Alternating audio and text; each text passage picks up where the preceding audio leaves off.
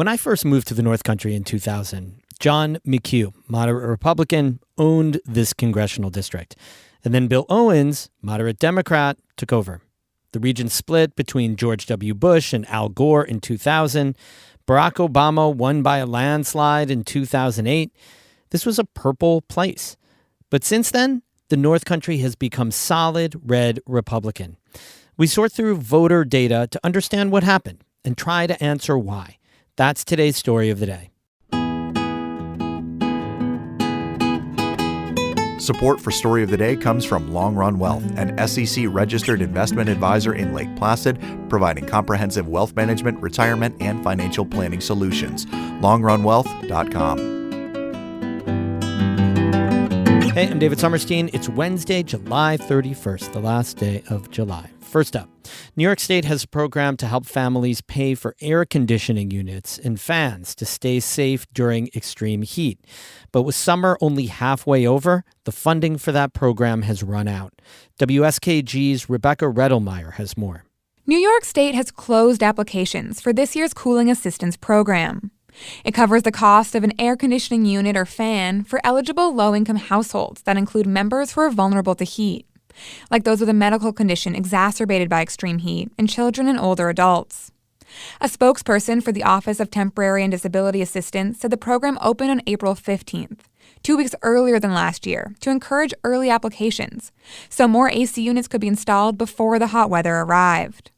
The program closed on July 19th. After all applications are processed, the state expects to have spent the $22 million of federal funding earmarked for the program to serve more than 27,000 New York households.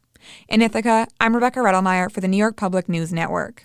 Hunting licenses go on sale today for the 2024-2025 season. New this year, the Department of Environmental Conservation is printing licenses and carcass tags on plain paper instead of that special stock synthetic paper. According to former DEC Commissioner Basil Sagos, supply chain issues have delayed deliveries of the synthetic paper to wildlife agencies. Plus, now it'll be easier for hunters, anglers, and trappers to print their licenses and tags at home. You can still buy a hunting license over the phone or in person at an issuing agent. A lot of town offices can issue licenses, as can CNS Bait and Tackle on Route 3 in Saranac. But now they can print them at point of sale or email them to you. Lifetime license holders should expect to receive their 2024-2025 licenses and tags on plain paper by mail by September 1st.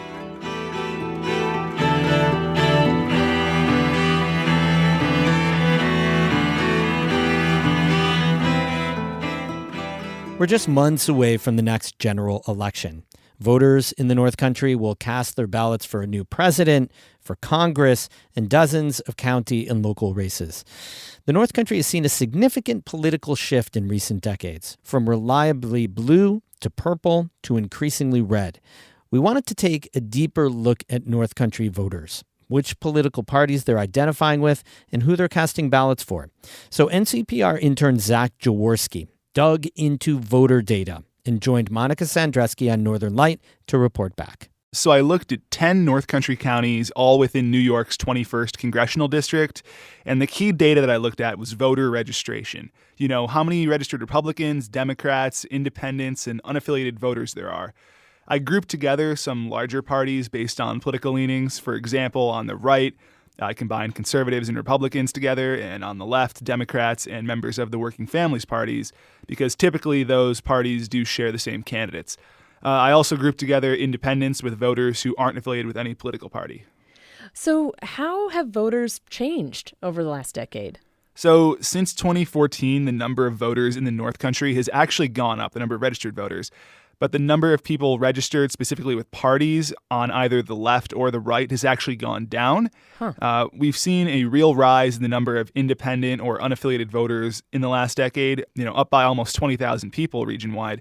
And this trend away from political parties on the left or the right actually goes against what's happening nationally. Nationwide, there are more Republicans and Democratic voters today than there were 10 years ago, which is kind of opposite of what the parties are trending here. And I asked Grant Reher, a political science professor at Syracuse University, what might explain those shifts. And he pointed out that the current version of those political parties really kind of deviate from what he calls the North Country's, quote, moderate tradition. The Republican Party, at least among elected officials, has moved more to the right. And at the same time, the Democratic Party moved more to the left on a lot of issues. That's something that I think has become of less appeal to the more moderate upstate New York voter. And what about third parties like the Green Party? So that was an interesting thing to track, specifically for the 21st congressional district, because back in 2014, the Green Party won almost 11% of the vote.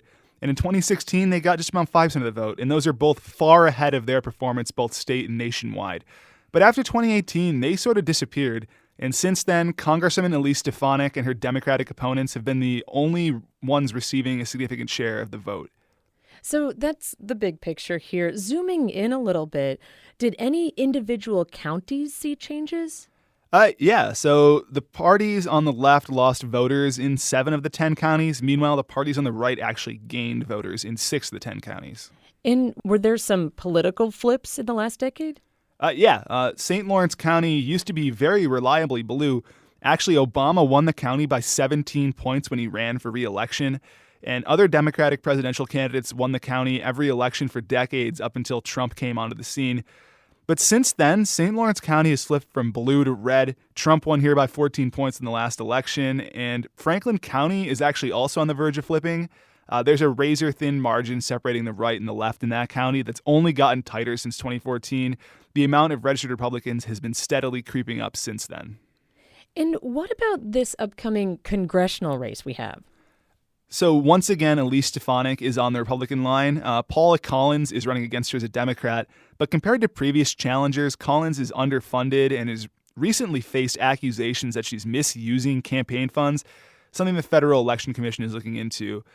Collins recently relocated to the North Country from New York in February, and there was no primary and a seeming lack of interest in running against Stefanik. And this is something that we as a newsroom are going to be looking into more deeply as the election nears.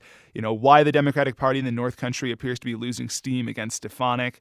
I also asked Professor Reher about Stefanik's political dominance as well.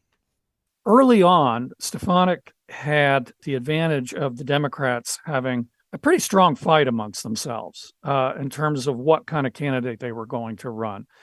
And you saw this in terms of the attraction that the Green Party candidate was getting. And then you've got something else that's going on. She is gaining seniority, and the rule of thumb for members of Congress, and really for any legislative body, is the longer you're in there, the tougher you are to beat. So, Zach, you've collected all this data. You've been going through it, trying to interpret what it means. What's next with this information? Well, first of all, it'd be really interesting to kind of put a story behind those numbers on some of these smaller political trends here. For example, what happened to the Green Party, or why is Jefferson County losing so many Republicans? But long-term wise would be comparing the results of the 2024 elections with the trends over the last decade or so.